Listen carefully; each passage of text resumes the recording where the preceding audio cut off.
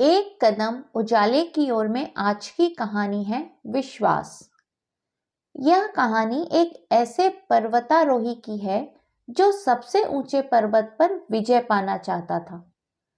कई सालों की कड़ी मेहनत के बाद उसने अपना साहसिक अभियान शुरू किया, पर वह यह उपलब्धि किसी के साथ साझा नहीं करना चाहता था। अतः उसने अकेले ही चढ़ाई करने का निश्चय किया।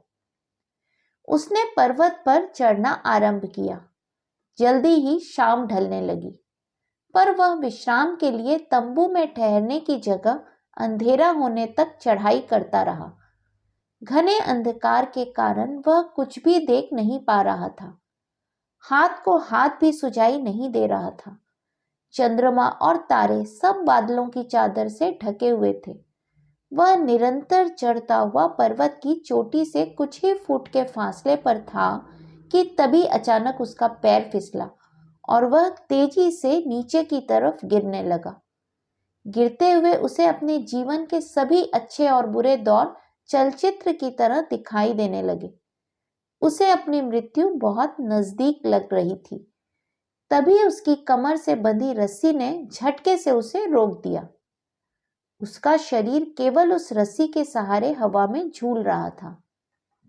उसी क्षण वह जोर से चिल्लाया, भगवान मेरी मदद करो, भगवान मेरी मदद करो।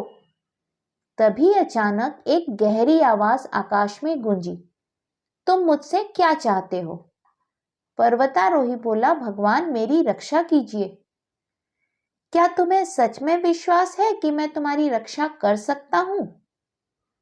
वह बोला, हाँ भगवान, मुझे आप पर पूरा विश्वास है।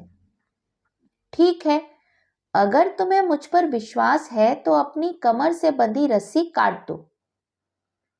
कुछ क्षण के लिए वहां एक चुप्पी सी छा गई और उस पर्वतारोही ने अपनी पूरी शक्ति से रस्सी को पकड़े रहने का निश्चय कर लिया।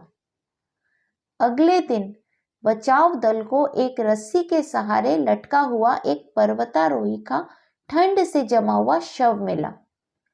उसके हाथ रस्सी को मजबूती से थामे हुए थे और वह धरती से केवल 5 फुट की ऊंचाई पर था। जरा सोचिए, अगर उसने उस आकाशवाणी को सुन लिया होता तो वो जिंदा होता।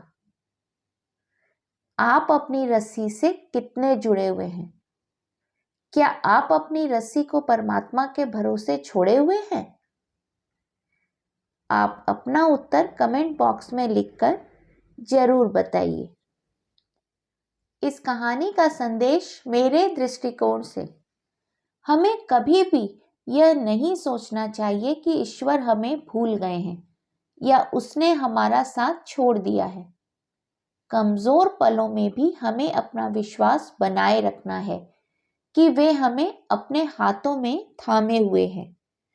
हरि ओम।